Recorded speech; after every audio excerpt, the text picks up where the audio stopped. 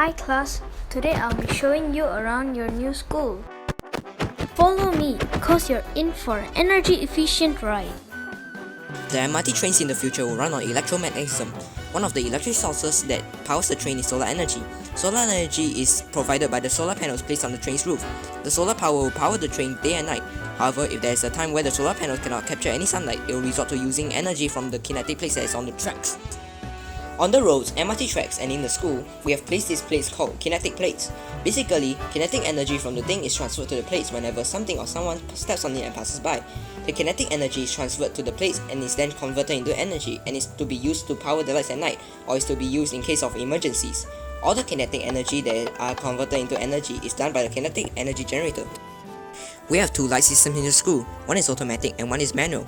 The automatic lights will only be turned on when it is night.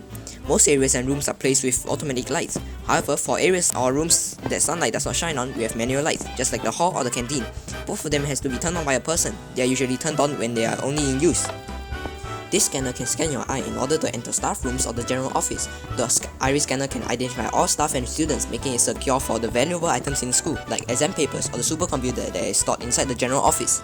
The supercomputer in the general office calculates what is the energy production and consumption in the school to maximize energy efficiency so that we will not waste any energy. But what do we do if there is a power shortage or an emergency? Well, don't worry, because regional power grids got your back. Whenever there is a loss of energy or there is not enough energy collected, we can tap on regional power grids to supply us with enough power so that we can lead our daily lives. However, due to the land shortage we have in Singapore, we have to rely on windmills or hydroelectric dams in Malaysia to help us produce the energy needed. Well, why windmills, you may ask? Windmills are the most commonly built because it does not release any emissions. Wind is also the largest source of renewable energy. Then, what about those that release carbon emissions? Well, in the school, we also have a building made for handling carbon dioxide emissions called the CO2 lab. It also has an iris scanner for staff members to enter the building. For the food waste that cannot be fed to the fishes in the aquaponics section, it will be incinerated.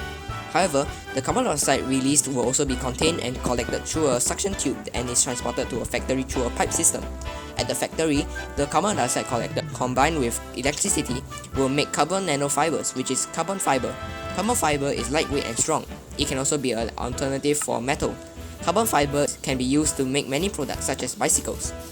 The aquaponics section that we have in the school includes of fish. We use leftover food waste from the canteen to feed the fishes.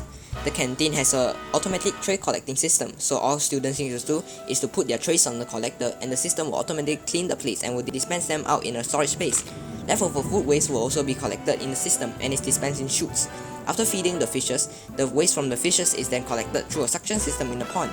The waste is then used as fertilizers for the plants that is grown in school, like the city botanic section.